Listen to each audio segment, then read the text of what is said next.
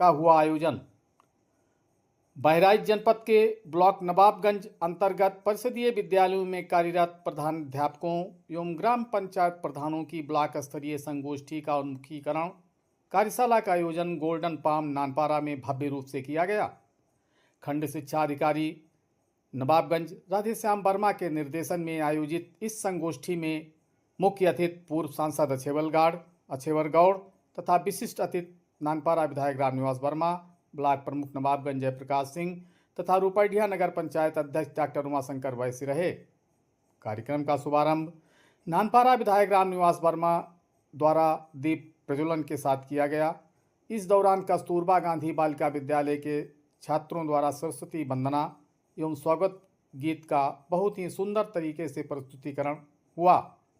कार्यशाला का उद्देश्य परिषदीय विद्यालयों में अध्ययनरत बच्चों को सरकार द्वारा दी जाने वाली सुविधाओं तथा गुणवत्तापूर्ण शिक्षा के लिए संचालित शैक्षिक योजनाओं को जन जन तक पहुंचाना तथा उनकी प्रभावशीलता को सुनिश्चित कराना रहता है।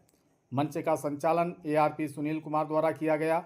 ARP राकेश मौर्य एवं निर्मल कुमार द्वारा DBT के माध्यम से बच्चों को दी जाने वाली आर्थिक मदद तथा निपुण भारत मिशन के अंतर्गत विद्यालयों में दी जाने वाली गुणवत्तापूर्ण शिक्षा की जानकारी दी गई।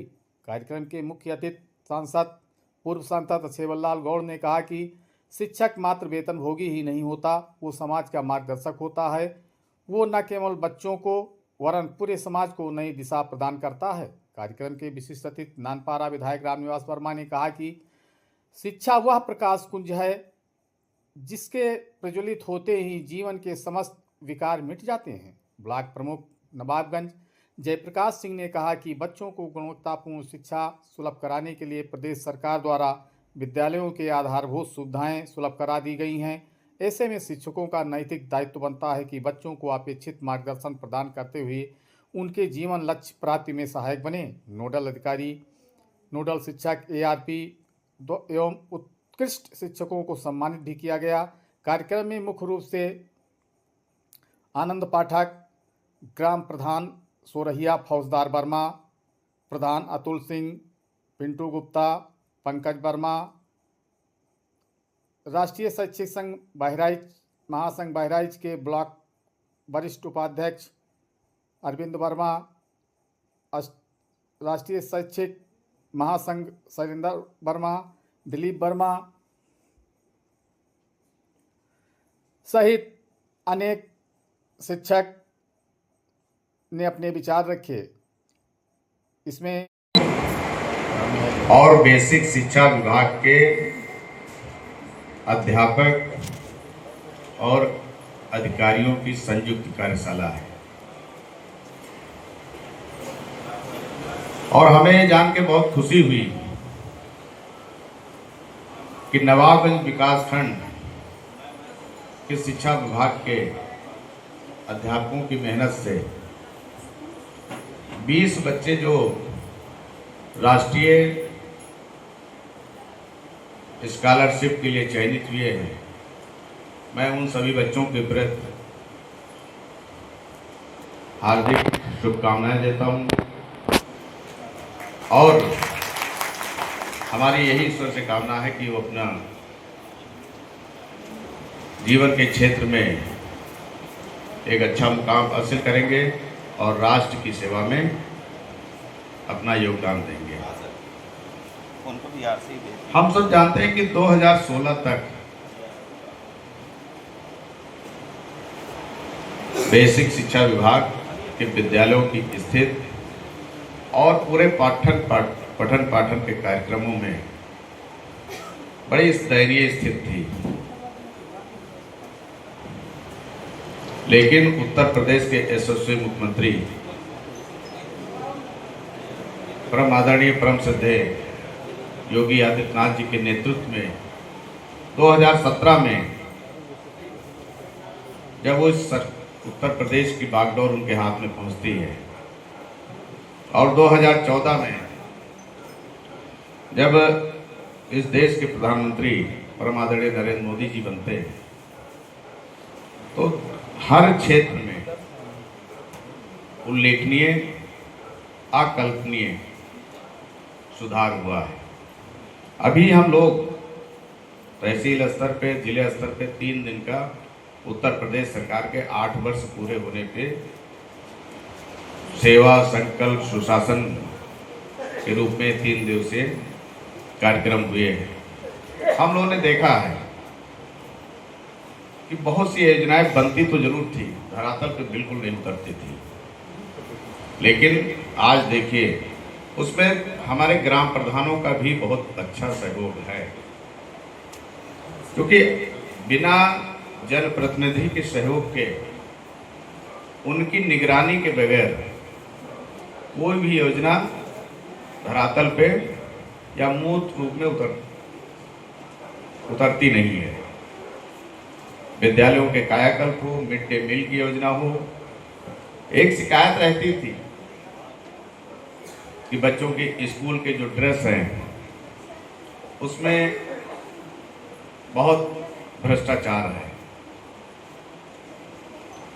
तमाम तरीके के नेताओं से लेकर अधिकारियों पे भी आरोप लगते थे, लेकिन जब वही पैसा 1200 रुपये प्रति माह जब अभिभावकों के खाते में वो पैसा जाने लगा, तो एक ये भी चीज देखने को मिला कि बहुत से बच्चे बिना यूनिफॉर्म के ही आ रहे हैं, और हमारे जो शिक्षक हैं वो लगातार उनसे कहते हैं, अभिभावकों से, कि बच्चों को इस यूनिफॉर्म में भेजिए, लेकिन वो पैसों को इधर उधर खर्च कर डालते हैं। तो ये संवेदनशीलता होनी चाहिए कि हम अपने बच्चे को शिक्षित करना चाहते हैं, सरकार हमारी उसमें मदद कर रही है, सरकार हमको उसके लिए धन दे रही है।